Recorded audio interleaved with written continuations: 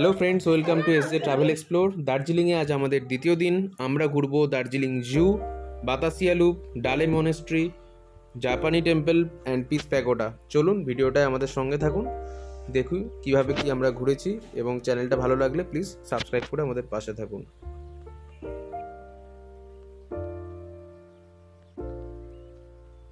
তো ফ্রেন্ডস, আমরা গাড়িতে উঠে পড়েছি।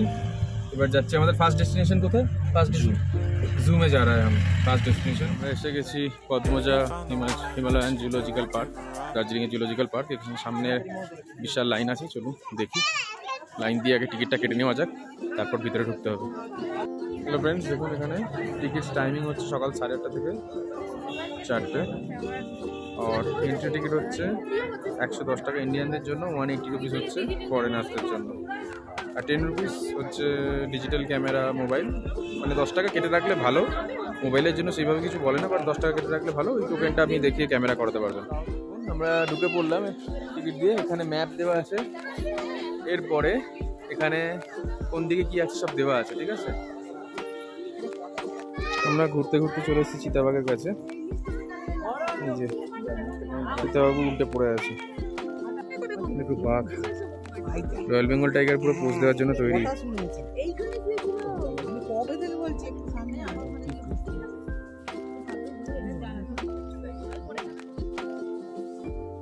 এবার আমরা দার্জিলিং জু থেকে চলে এসেছি বাতাসিয়া লুপে। ঘুম স্টেশনের দিকে আসতে পড়ে বাতাসিয়া লুপ। এখানে সামনে টিকিট কেটে আমরা ভেতরে প্রবেশ করলাম। হচ্ছে বাতাসিয়া লুপ ঢোকার রাস্তা। আর এখানে প্রতি পার্সনের জন্য ticket 50 rupees per person. Ticket কেটে আমরা ঢুকলাম ভিতরে। দেখুন বাতাসিয়া লুপ, এটা একটা অন্যতম আকর্ষণীয় কেন্দ্র, দার্জিলিং সাইট সিনের মধ্যে একটা অন্যতম ভিউ পয়েন্ট।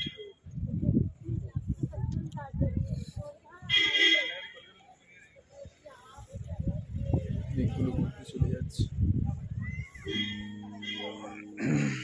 আমরা উঠছি উপরের দিকে।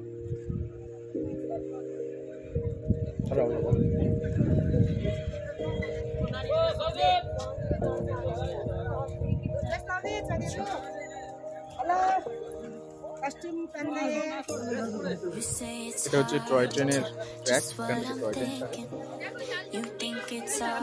আর ড্রেস পরলে এখান থেকে ড্রেস পরতে পারেন। এগুলো জীবনের একটা অন্যতম মেমোরিজ। ড্রেস পরে করা, বারবার দার্জিলিংয়ে তো কেউ আসে না, বারবার এলেও এগুলো একটা অন্যতম মেমোরিজ।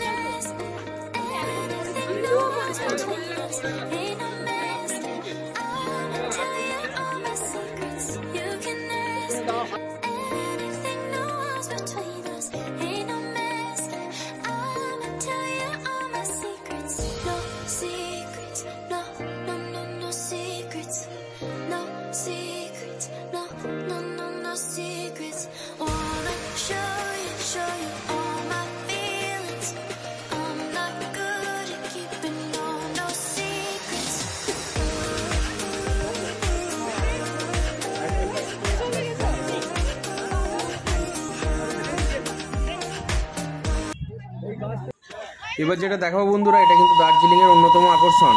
এইটা দেখার জন্যই সবাই আসে। দেখুন, আসছে আমাদের দার্জিলিংয়ের টয় ট্রেন, যেটা হেরিটেজ অন্যতম।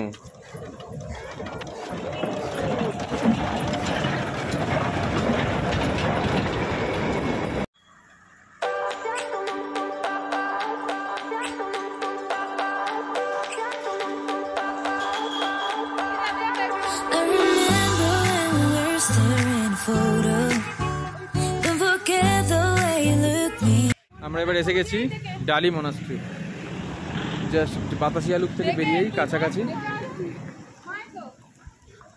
আমরা যাচ্ছি ডালি মনাস্ট্রি।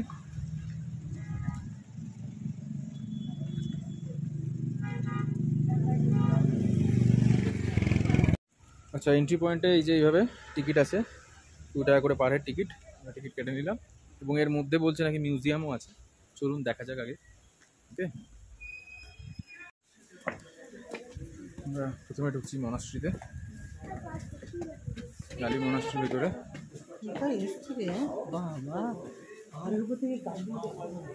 উপর থেকে ভিউটা খুব সুন্দর।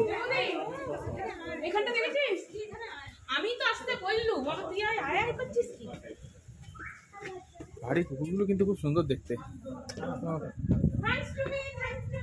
দেখুন,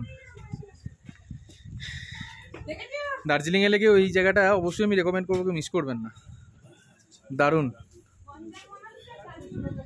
সিকিমের গঞ্জেং মনাস্ট্রি আর দার্জিলিংয়ে এই ডালি মনাস্ট্রি, অসাধারণ, দারুণ, বিশালতাটা দারুণ।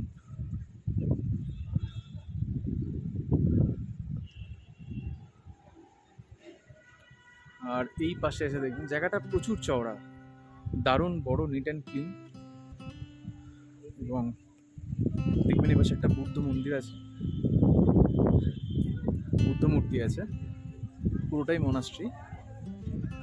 অ্যান্ড সামনে এটা হচ্ছে বৌদ্ধ মূর্তি।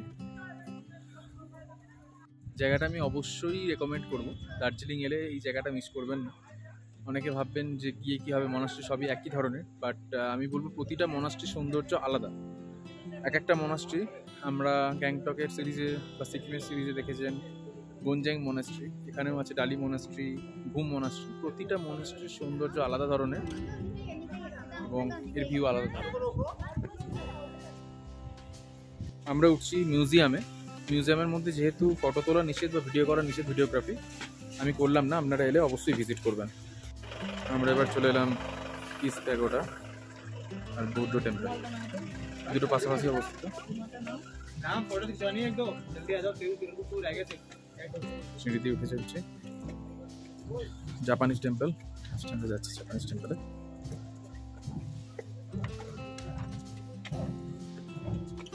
ভিতরে একটা আমাদের ছবি আছে, যেটা আমি স্টিল ছবি দেখাতে পারবো, ভিডিও করা বারণ, কারণ এই টেম্পলের ভেতর তখন আরতি চলছিল।